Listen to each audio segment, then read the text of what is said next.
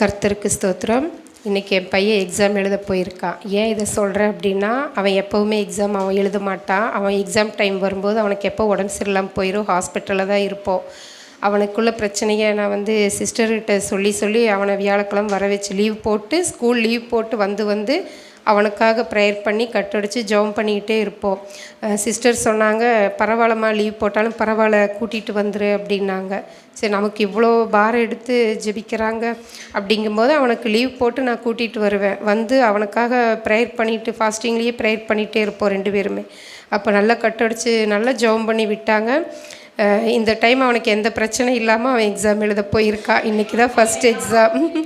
அவன் ஸ்கூல் போனதுலேருந்தே அவனுக்கு இதே பிரச்சனை தான் இருந்தது.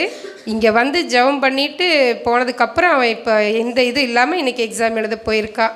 எந்த பிரச்சனையும் இல்லை. ஆண்டவருக்கு கர்த்தருக்கு ஸ்தோத்திரம், சிஸ்டருக்கு ஸ்தோத்திரம்.